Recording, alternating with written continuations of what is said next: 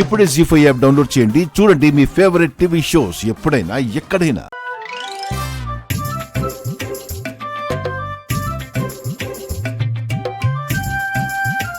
అదిగో వచ్చేసాడు.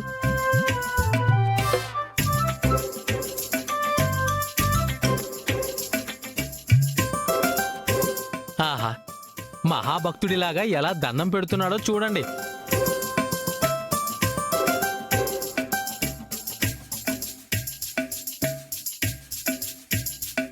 ఏంటి చూసేది? మీరే కదా పంతులు, అక్కడికి వెళ్ళి పూజ చేయాల్సింది. అవును కదా, ఈయన మాటల్లో పెట్టి కన్ఫ్యూజ్ చేశాడు. వెళ్దాం పదండి. అవును, ఇప్పుడే వెళ్తే అనుమానం వస్తుందేమో.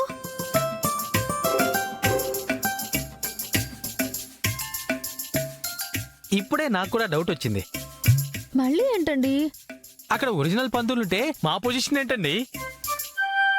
అందుకే ఎవరికి అనుమానం రాకుండా జాగ్రత్త పడాలి అంటున్నాను. వెళ్దాం పదండి పదండి పదండి పదండి. రండి రండి. పదండి పదండి.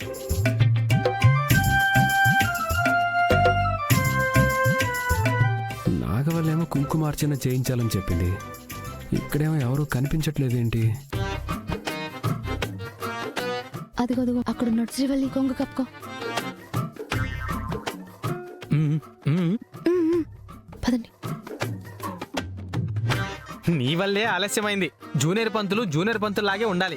సీనియర్ లాగా ఆలోచిస్తే ఇలాగే సమస్యలు వస్తాయి. క్షమించండి గురువు గారు.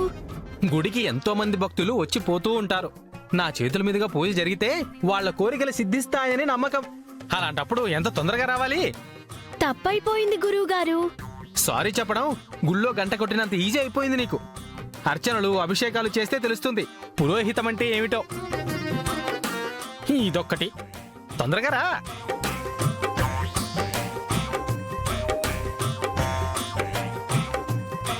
ఇంకొకసారి లేట్ అవ్వాలి.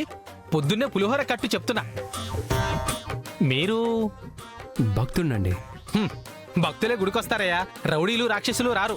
పంతులు గారిని చూస్తే ఆటగా ఉందా? ఏమిటా వెక్కిరింపు? అయ్యయ్యో, నా ఉద్దేశం అది కాదు స్వామి. నేను సెటరిక్గా చెప్పట్లేదండి. దేవుడు కుంకుమార్చన చేయించుకోవడానికి వచ్చిన భక్తుణ్ణి అని చెప్తున్నాను. అర్థమైంది. దేవుడి మీద ఉండే భక్తి పంతులు గారి మీద కూడా చూపించాలి.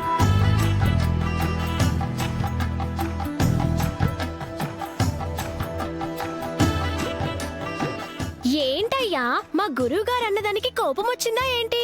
ఆయన అంతే, కోపిష్టి.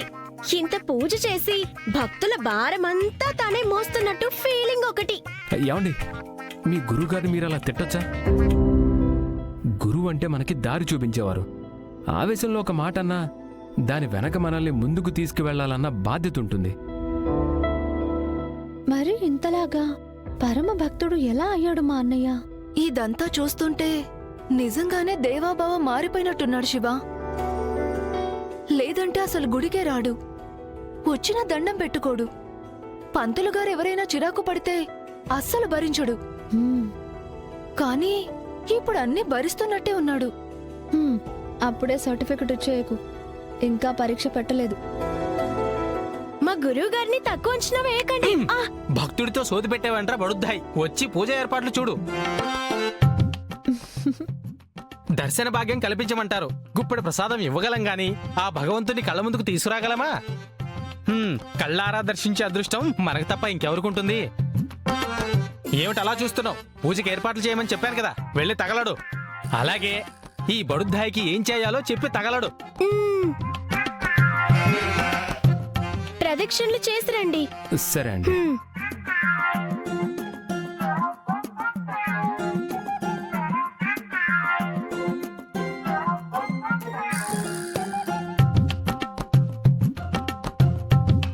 ఇంతసేపు బాగానే ఉన్నాడు. ఒంటరిగా నువ్వు కనపడ్డాక అసలు రంగు బయటకొస్తుందేమో చూడాలి. శ్రీవల్లి, నువ్వు వెళ్ళు. అమ్మో, భయంగా ఉంది శివ. అసలే నువ్వు దూరంగా ఉంటున్నావు.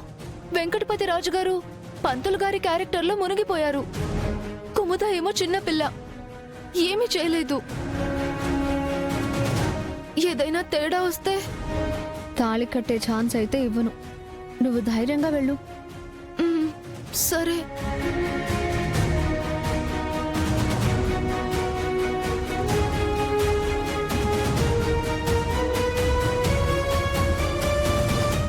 గుళ్ళో భక్తులు కూడా తక్కువగా ఉన్నారు. ఆశీర్వదించాల్సిన పంతులు గారు ఇలా చిరాగ్గా ఉంటే ఎలాగా? నాలాగా మనసు ప్రశాంతంగా పెట్టుకొని వచ్చిపోయే భక్తుల్ని దీవించాలి.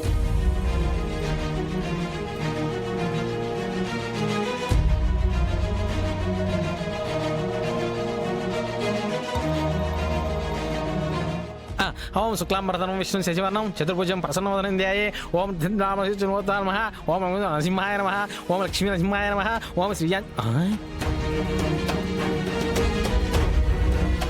అదేంటి మీ అన్నయ్య ఎప్పుడు గుడికొచ్చినా దిక్కులు చూసేవాడు, ఈసారేంటి మొక్కు మీదే ధ్యాస పెట్టాడు? మా అన్నయ్య ఏంటి? అన్నయ్య అంటే గంగ అన్నయ్యలా ఉండాలి. నువ్వు ఒప్పుకున్నా ఒప్పుకోకపోయినా మనమంతా ఒకే తండ్రి బిడ్డలం. నేను నీకు అన్నయ్యను, తను నాకన్నయ్య, అంటే నీకు కూడా అన్నయ్య కదా. పంతులు గారి క్యారెక్టర్ లో నుంచి బయటకు రాకండి. ఓ అవును కదూ. ఇంతకీ ఈ ప్రదక్షిణలు చేస్తున్నవాడెక్కడా? శ్రీవల్లిని చూసి చచ్చాడా లేదా శివశాస్త్రి? ఏమో కనబడట్లేదు శంకరం శాస్త్రి గారు. ఇదేంటి శ్రీవల్లిలా ఉంది? శ్రీవల్లి!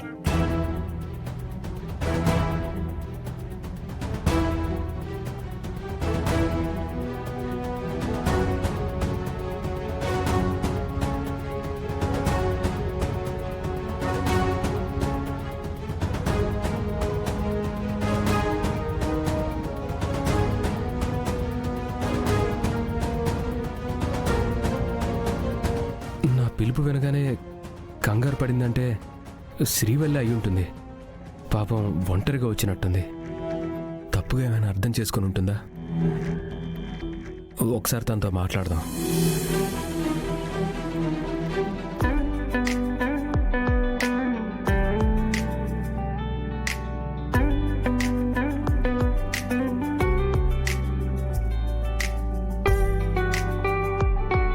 అన్నయ్య,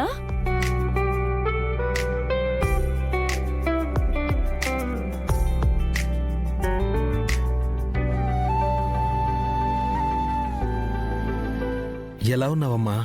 నేను బాగున్నానన్నయ్య. నువ్వెలా ఉన్నావు? బాగున్నానమ్మా. అమృత ఎక్కడా? ఇదిగో.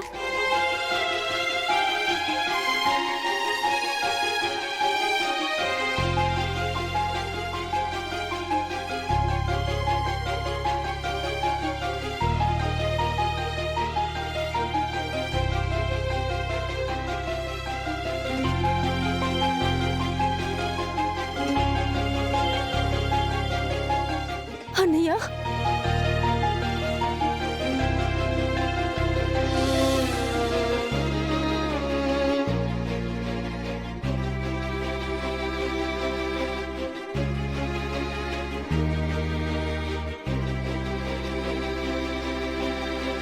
జీ5 యాప్ డౌన్లోడ్ చేసి అన్ని ఎపిసోడ్స్ పూర్తి ఉచితంగా చూడండి.